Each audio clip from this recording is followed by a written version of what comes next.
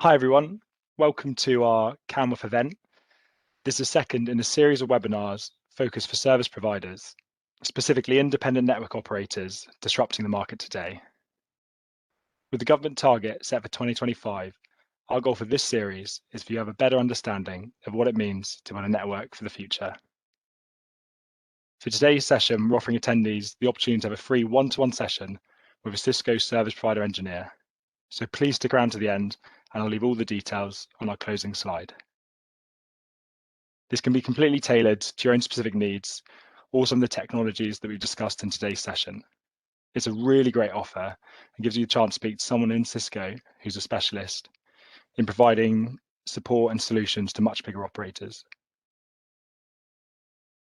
My name is Will Lawrence Mills. I'm the Service Provider Account Manager here at Camworth. From me, just a massive thank you for joining us today, and I'm really excited to have you here. We're very lucky to have two guest speakers for us today, with a combined age of 15 years experience at Cisco working with service providers. Michiel Appelman, who is a technical solutions architect, here to go into a technical detail on some of the key topics that we've chosen for you today. Michiel works with service providers and mobile operators across the EMEA region to design their networks for the next wave of access technology and service requirements. We're also joined with Abeel Chowdhury, who sits within the Cisco account team.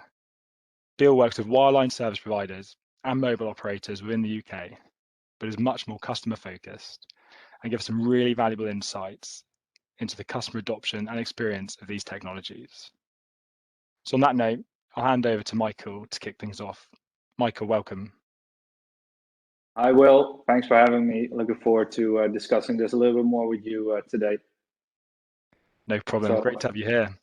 Thanks. Let's dive right in.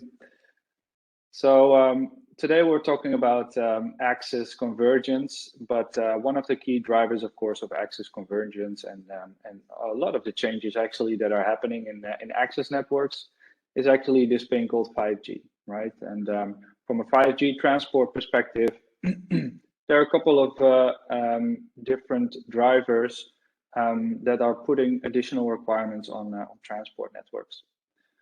So two of the main ones are the 5G, the changes in the radio from a mobile perspective with 5G, and on the other hand, the additional 5G services that are being targeted to be offered to the market. Some other key concepts such as decomposition and virtualization of the 5G RAN and core also have impact on the 5G transport network, although this is really a more mobile operator focus and how they're going to cope with that. But there are then also, as you move a little bit more towards the services, some more explicit and implicit requirements. So bandwidth at scale, for example, is something that is, of course, obvious. Low latency is this thing that everyone is talking about, which we'll see later on in what type of services we're going to offer. So Will, if we move on to the next slide where we show this idea of access convergence, that it's broader than just 5G. Access convergence basically means in the sense that where all these different new and traditional access technologies are going to transition to all be based on IP. And this is driven by the fact that a lot of these technologies are now being based on packet from the beginning. So 5G, actually for 4G it was already the case, but for 5G specifically, everything is based on packet and on IP.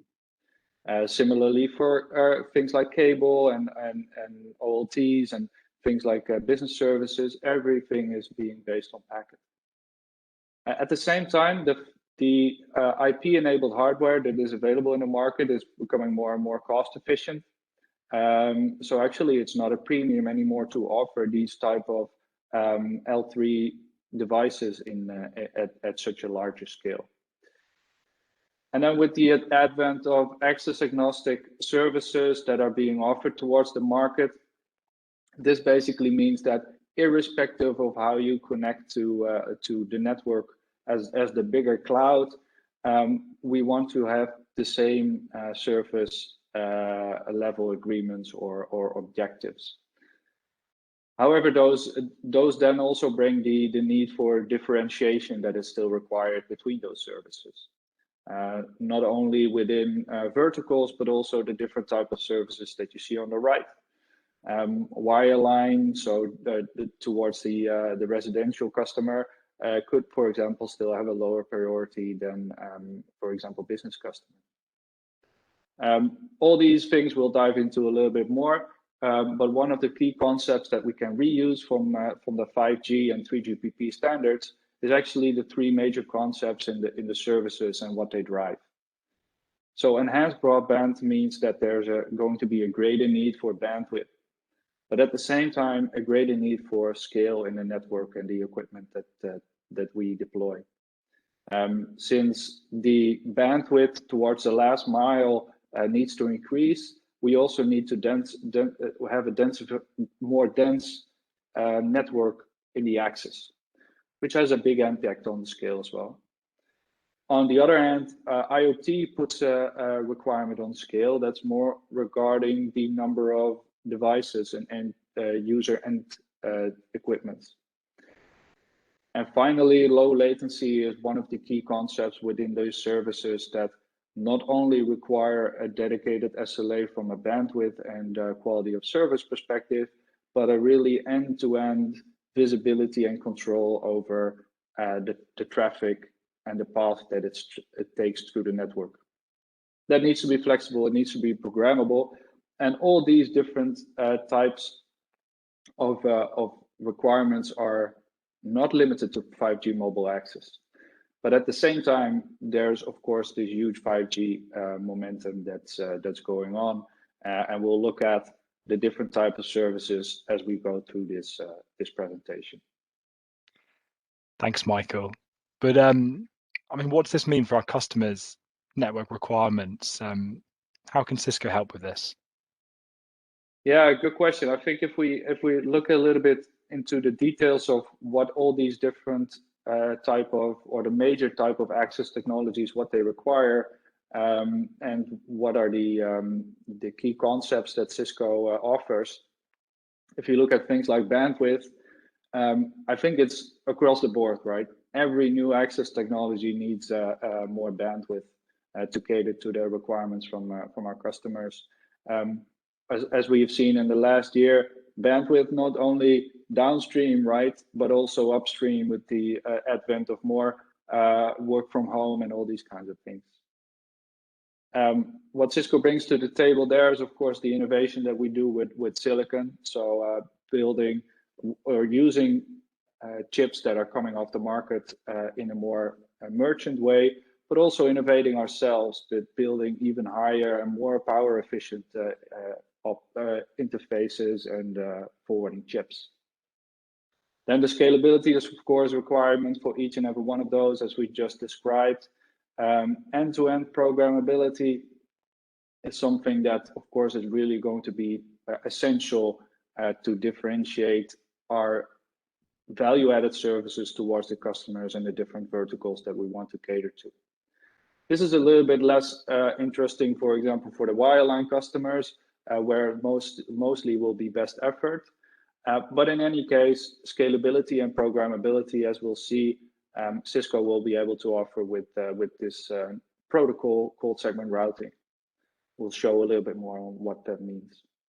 And finally, two concepts that are actually built into all of the newer devices that are coming out is timing and synchronization and security.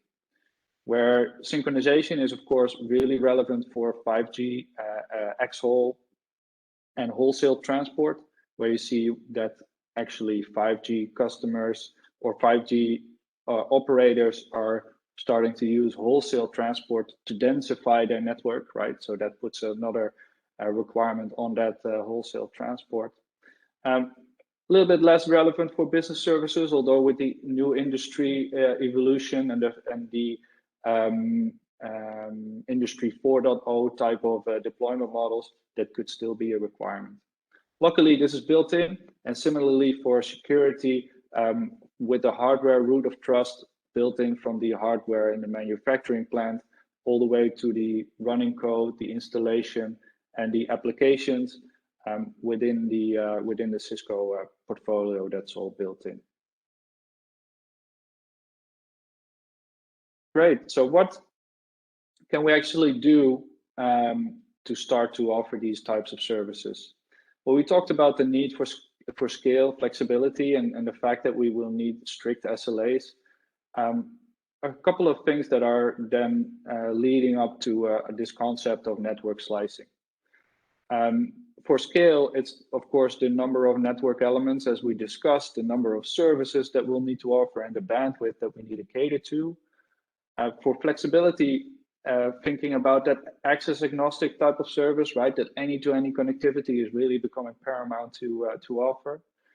And for the strict SLAs, it becomes very key to have an end-to-end view of your network. Because, for example, if you look at low latency, that is not an SLA that you can assure per hop, right? We need to know end-to-end what is the lowest latency path, which will put an additional burden on how you have your automation and your networking assurance in place. So let's look at network slicing and what it is. And before we do, we'll also look at a little bit about what we can gain with the efficiencies on convergence.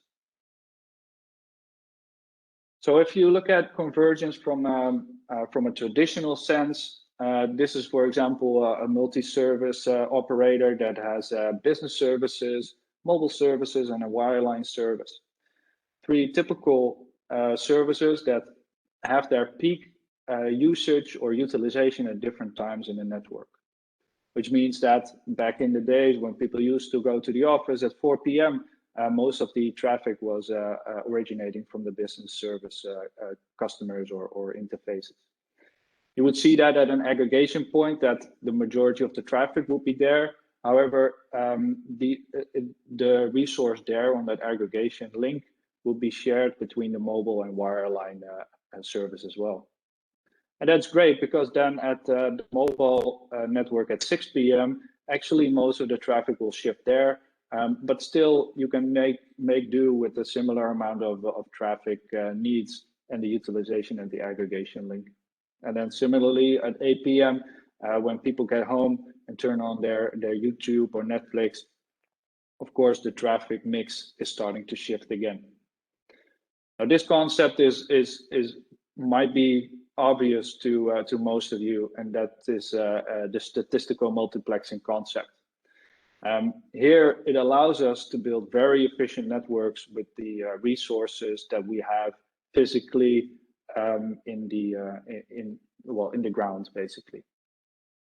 And this becomes more and more important because if we look at slicing on that perspective, there's this concept of hard slicing versus soft slicing, where hard slicing is basically you're doing slicing without statistical multiplexing.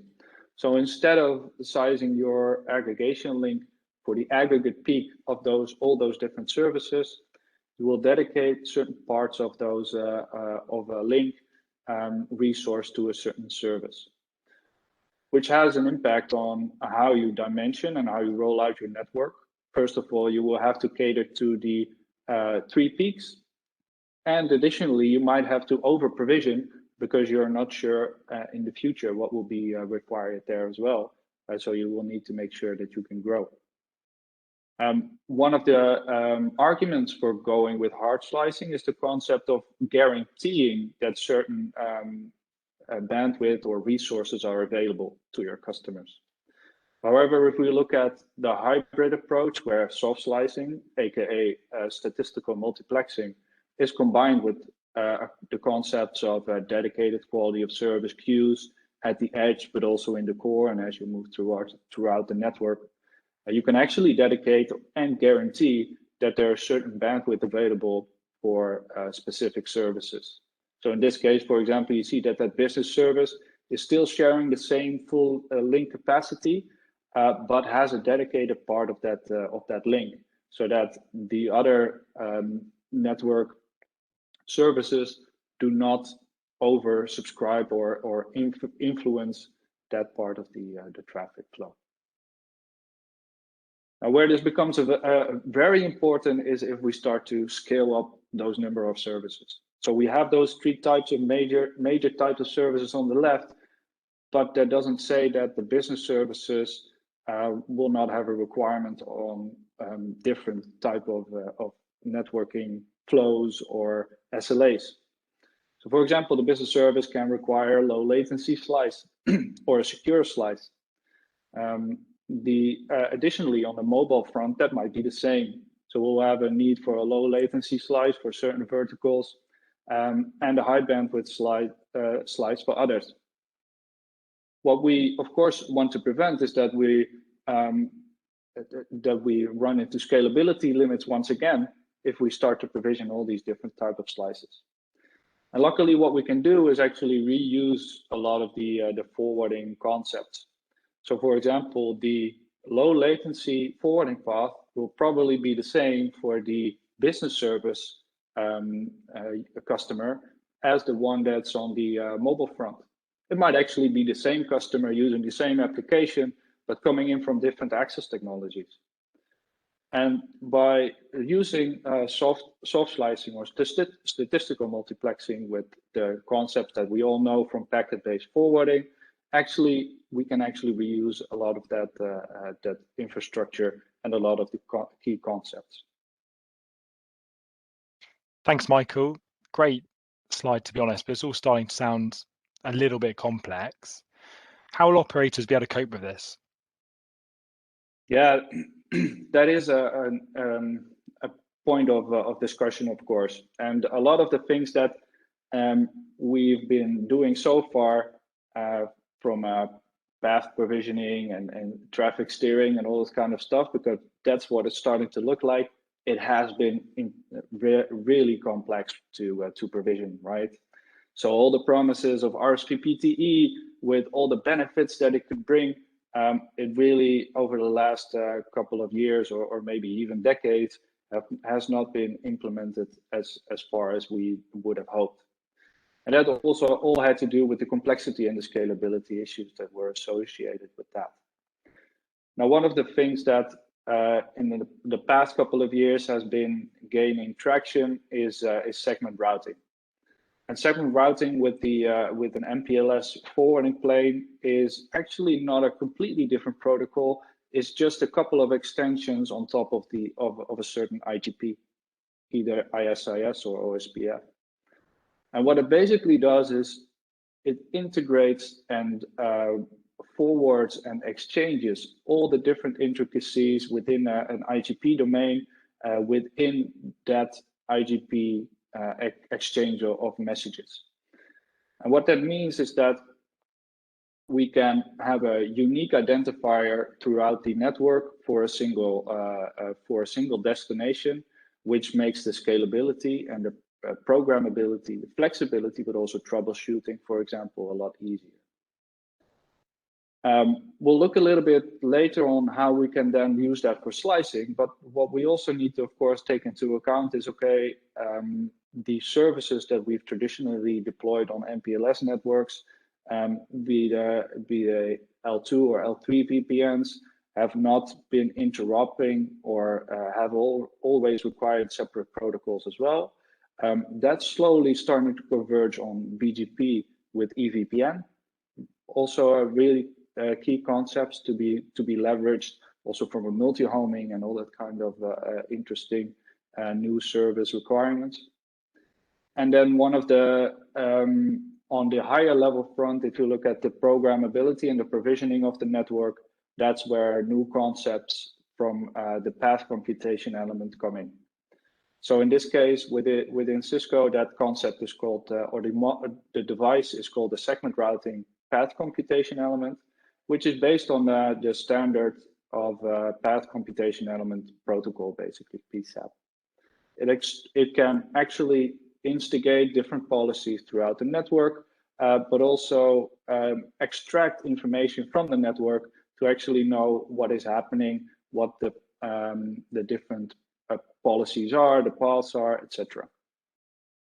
And then yet NetConveyor, probably most of you are aware, that any of the new CLIs that are, or CLI commands that are introduced in iOS from Cisco, they now have to have a netconf and YANG model by default, right? So that we don't have that disconnect anymore between what we can provision to the command line versus what we can do programmatically.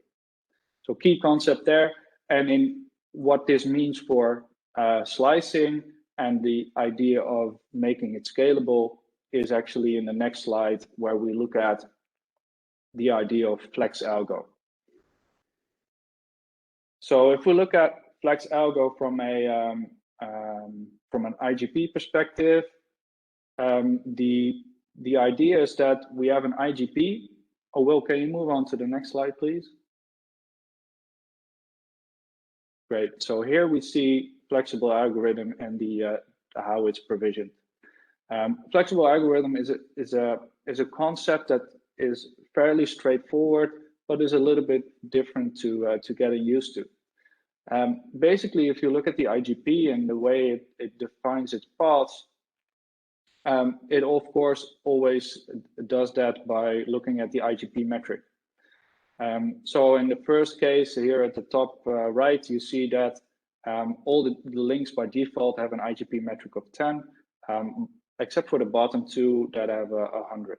So that means that router 6, when it starts to calculate its shortest path to router 4, it always knows that it has to basically avoid those two links and gets to those gets to the paths that you see up in the upper right. What is interesting from a segment routing perspective is that there's this concept of a prefix SID, which is unique throughout the IGP for a certain prefix, or in this case, for a router.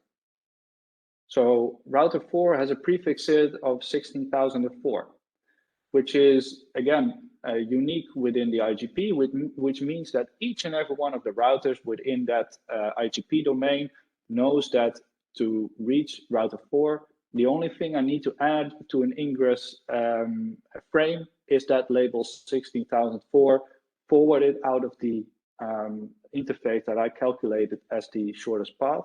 And my next hop will know how to forward it to router 4. That makes it really scalable, makes it really easy to troubleshoot. And what we can then do is then actually do an additional SPF, so shortest path calculation, by using flexible algorithm, but then changing the metric that it optimizes for. So for example, in the bottom right, you see again the same topology. In this case, the IGP, or the shortest path algorithm, doesn't use the IGP metric to optimize its forwarding paths. It actually uses the delay metric. And the delay, again, is set to 10 on all the links, except for the bottom two that have a delay of 1. So that means that actually for router 6 to get to router 4, it will always use the lowest latency path, which will go to router 7.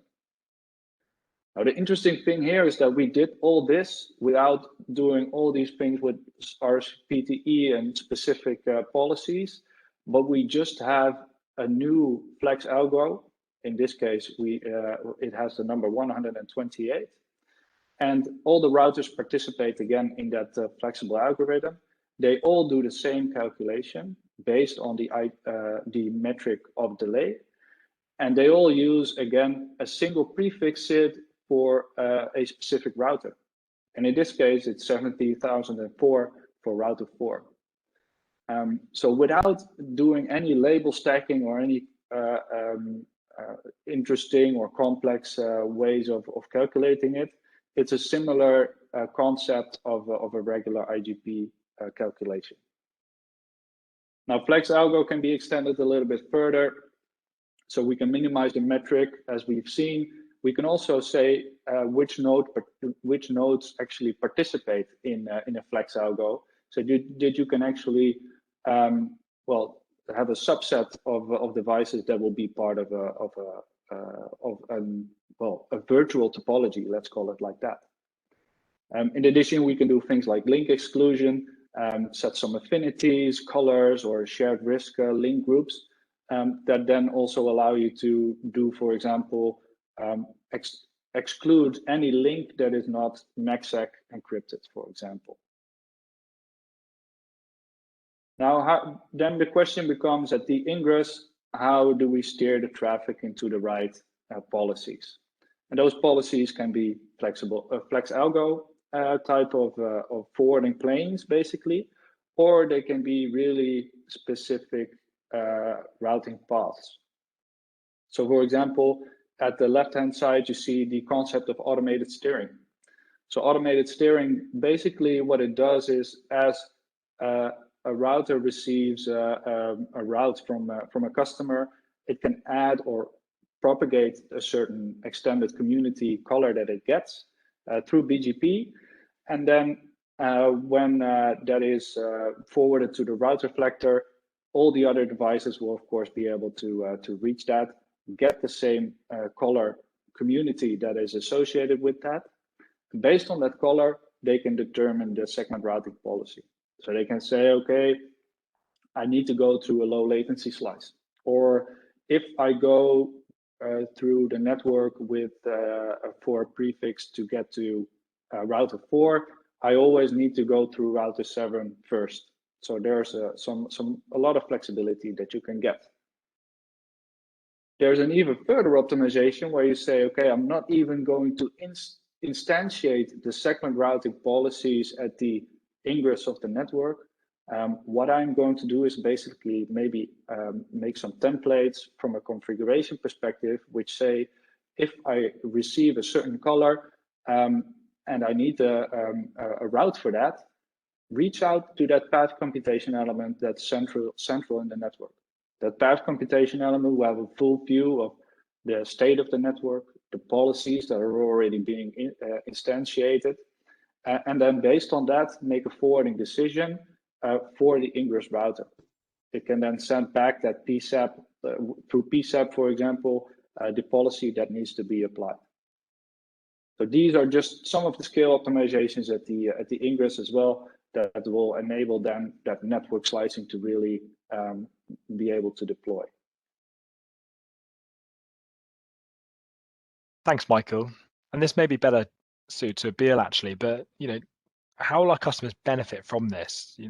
Is this already being deployed by some customers already? Great question, Will, there.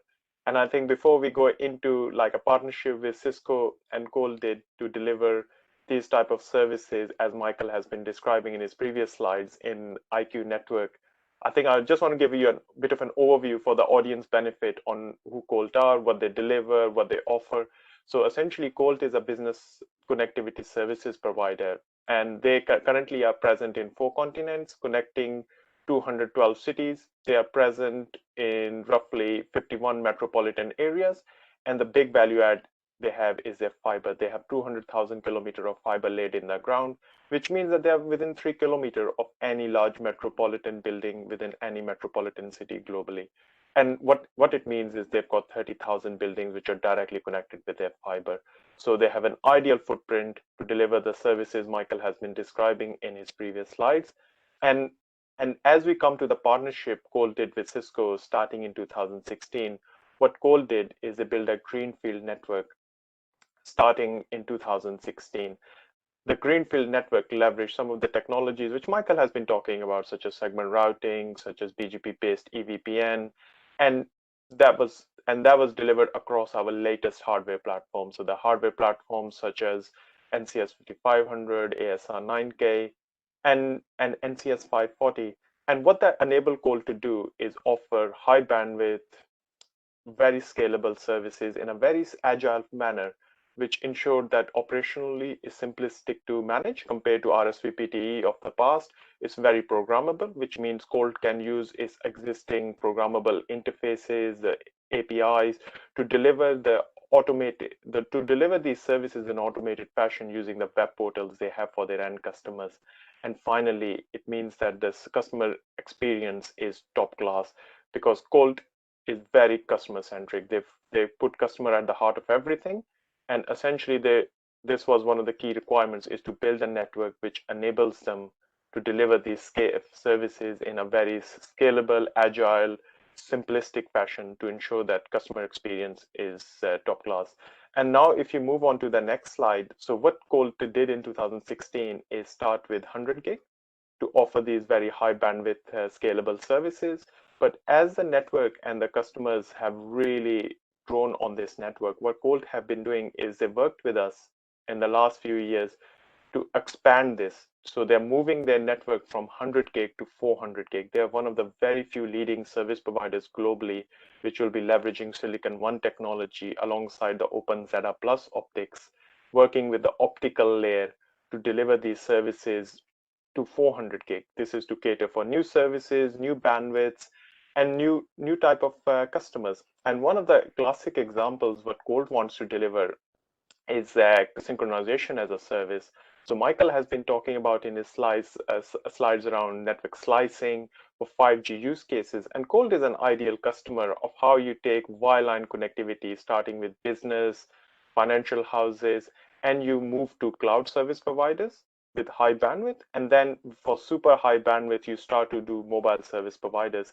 Colt has a very deep fiber footprint within metro regions, which make them ideal to offer synchronization as a service to mobile service providers for use cases such as Open RAN, Cloud RAN, and which is a next generation 5G evolution. And for that, Colt is also looking to use the same network, the convergence on the same network from the access perspective to expand it to mobile service provider for synchronization as a service. So they will leverage the same network to offer things like business, point-to-point, point-to-multipoint, any type of connectivity services, synchronization as a service, and which can encompass wholesale, telco, mobile service provider, cloud service provider, encompassing all type of customers, included large enterprises, medium, small, any type of enterprises.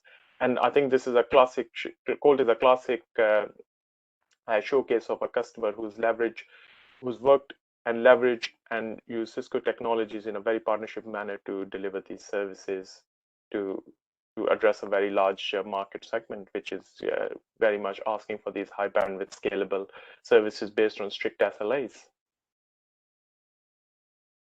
Thanks, Bill. What great products or projects.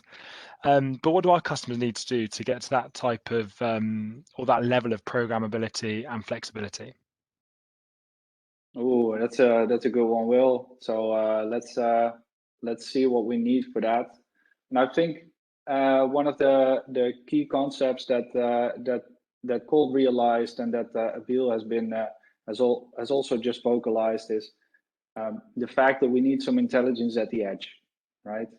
So if we look at what does that mean, intelligence at the edge with an access router that actually is able to do that. It's actually the idea of, again, that multi-service and access convergence within a single box, right? So without having a dedicated type of deployment model or dedicated network equipment per service, we need to be able to do it all on a single box. And if we get that intelligence to so far deep into the network, what that brings us is those programmable paths to cover those SLAs, right?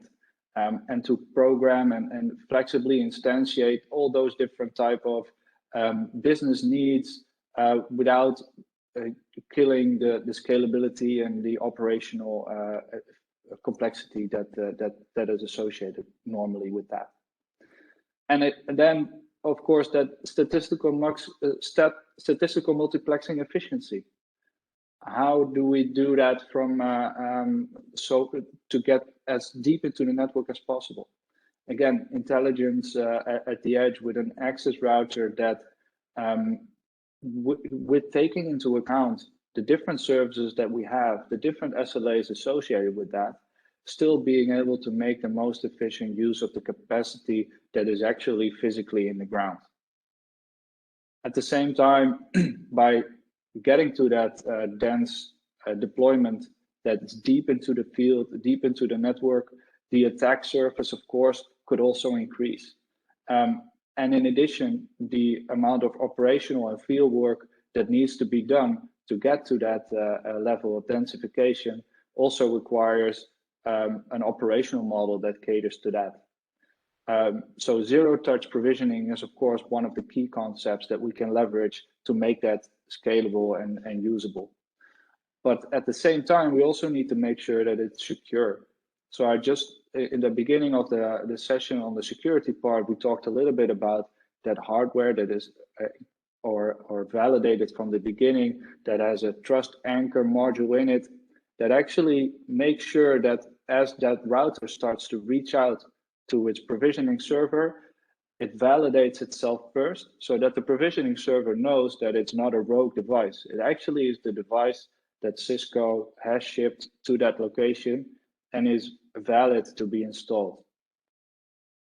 At the same time, it also does the other way around. So the access router can then verify that the zero-touch provisioning server, where it gets its configuration, is also the valid one to get its configuration, its data, and its images from.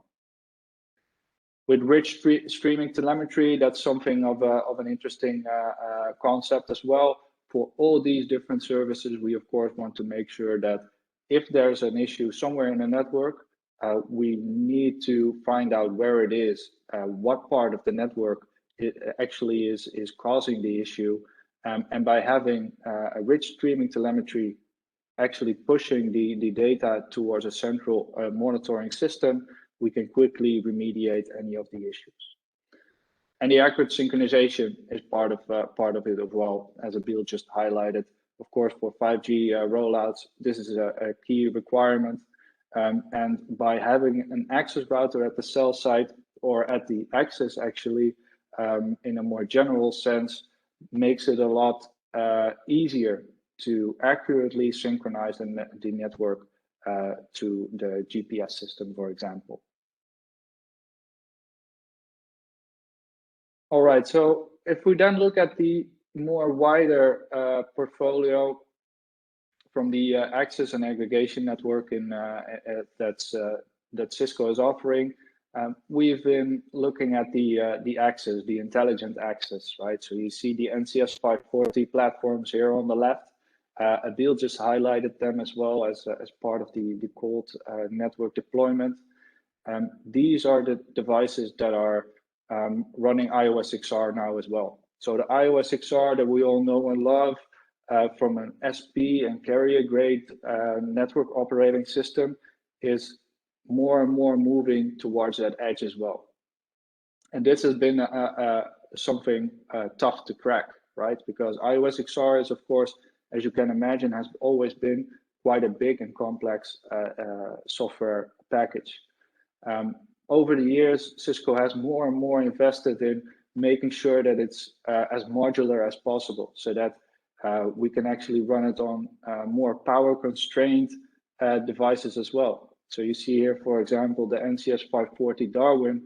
It's one of the smallest capacity from a forwarding perspective, but also one of the smallest ARM-based boxes that actually is more power efficient and actually lower cost to also make sure that we can actually deploy as much of these devices as possible without sacrificing any of the features that we need for the things that we talked about in the previous slide. As we move towards the pre-ag a bit more, there are different concepts for different type of deployment models. Of course, there's a need for redundancy in some cases where there's a data plane redundancy or only control plane redundancy. The control and data plane redundancy is for example, taken care of by the NCS 560, which has a lot of different interface modules. And the 57C3 is a bigger box with a higher capacity that only has control plane redundancy still. However, as we see the market evolve, this is becoming more and more critical for customers to have. Data plane redundancy becoming less so. In addition to the fact that we can then run those higher capacity devices more towards the edge at the pre-ag, the concept of cloud native BNG is also gaining some traction. So where we traditionally have thought of BNG as a really centralized way of deploying it, with cloud native BNG, what it actually is a separation or a disaggregation of the user plane of the BNG functionality deeper into the network, and the control plane functionality more centralized. This, of course, has a major benefit from a scalability perspective, and also being able to easily and more quickly break out and terminate subscriber information at the edge of the network, so that we can more swiftly steer it into the right forwarding class if needed, or maybe even break it out towards internet or caching when it's needed there as well. Now, of course, as we go to the aggregation and the edge, a lot of the bigger boxes that you probably are familiar with are becoming more and more important there again. And the concepts of IP over DWDM, of course, that Abil also highlighted as something that's Colt has deployed with 400 gig ZR. That's exactly the type of requirements that we see on that side. And just to finish off then at the bottom, we want to show that this really starts to enable the picture that we saw earlier, right? BGP-based services with EVPN from end to end, L2, L3, anything. Segment routing from end to end, and then the embedded security and synchronization. These three concepts will be key to build a scalable network that is easy to troubleshoot, to scale, and to make sense of with your own automation and monitoring tools, should you choose so. Thanks, Michael. Some powerful building blocks there, but isn't this going to break the bank with all these extra gigabits? Yeah, so first of all, there's the 540 that I just highlighted is really one of the smallest ones, and we're really going to push down the cost of low capacity devices that are running iOS XR.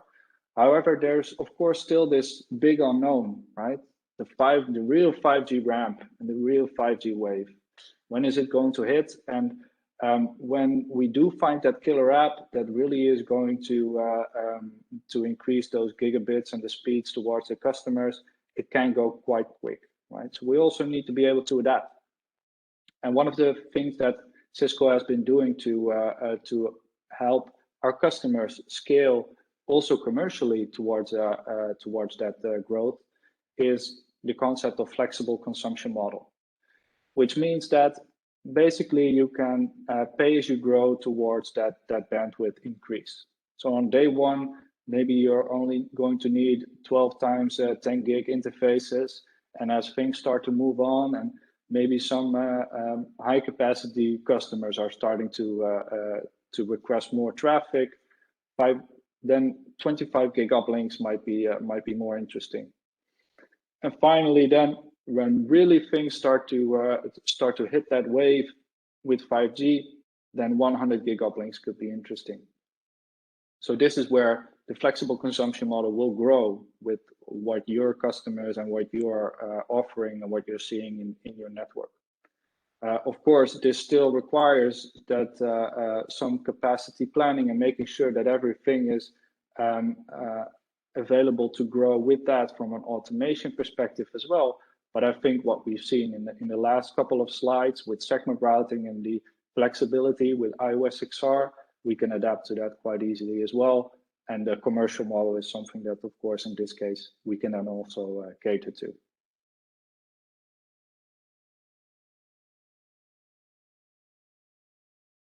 Great. Brilliant. So that's all that I had. Will, just wanted to leave this with everyone here on the call now.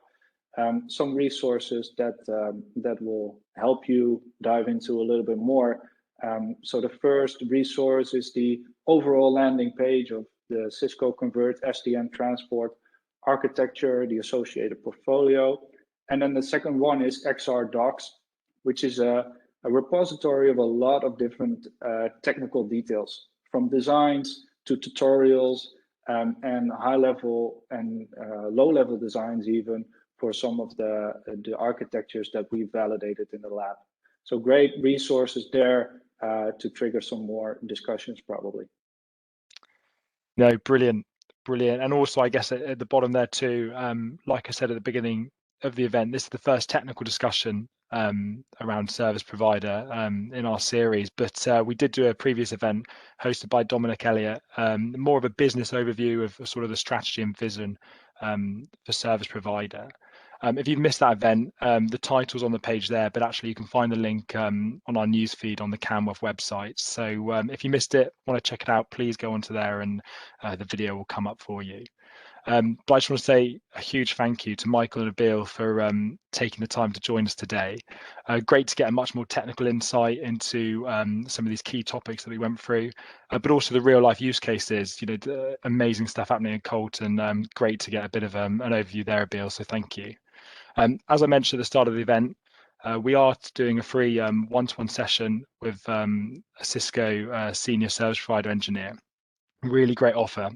So my contact details are at the bottom. If you want to get book up, if you want to book up for the event, but also have any feedback or suggestions for today's sessions or future sessions, we're building a lot of the content, so it's your chance to get them as relevant to you as possible. But from me, thanks again for everyone watching, and keep an eye out for our next event. Thank you.